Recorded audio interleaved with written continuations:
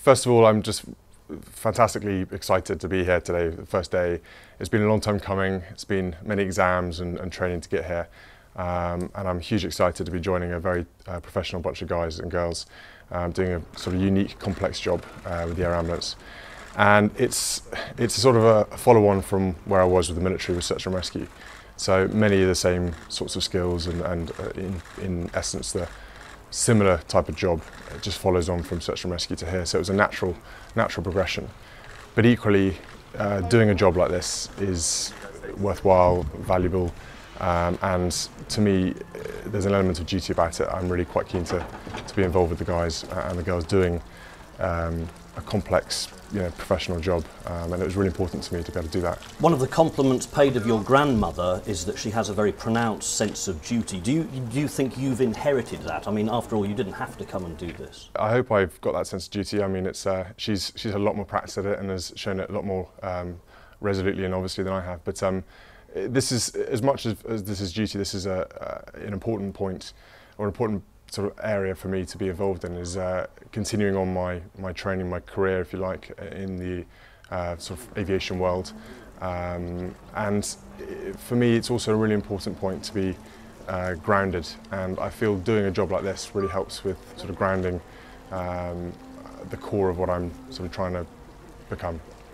What is that? What are you trying to become? It's a very good question, Tommy.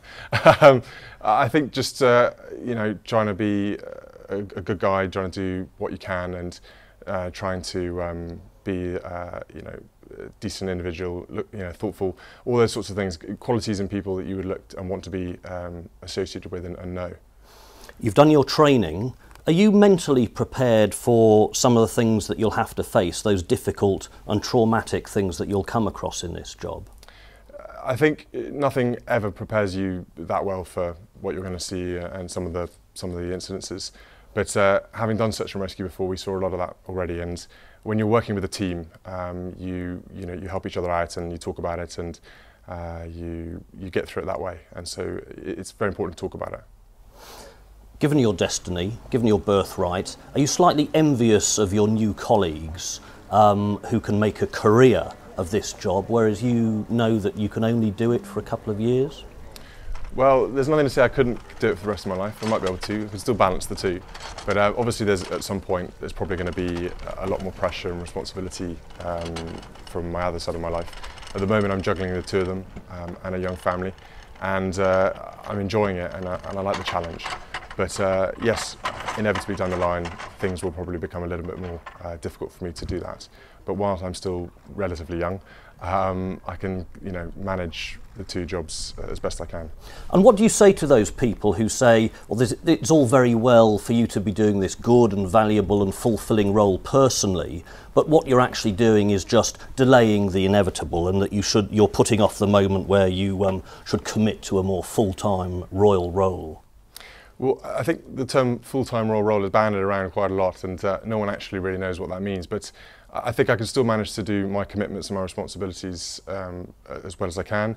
The Queen is still very active and is still showing incredible leadership. My father is doing many engagements, as are the rest of the family.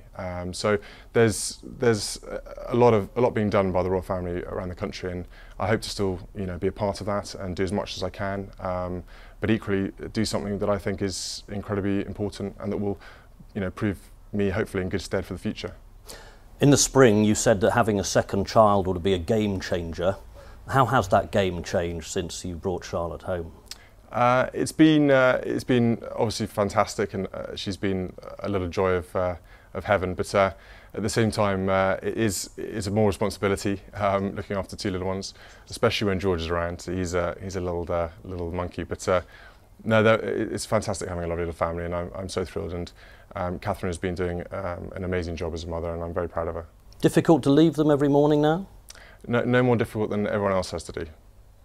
And you have a boy and a girl, it's a nice balance. Does that make the decision about perhaps having a third child more difficult? We've only just had the second one.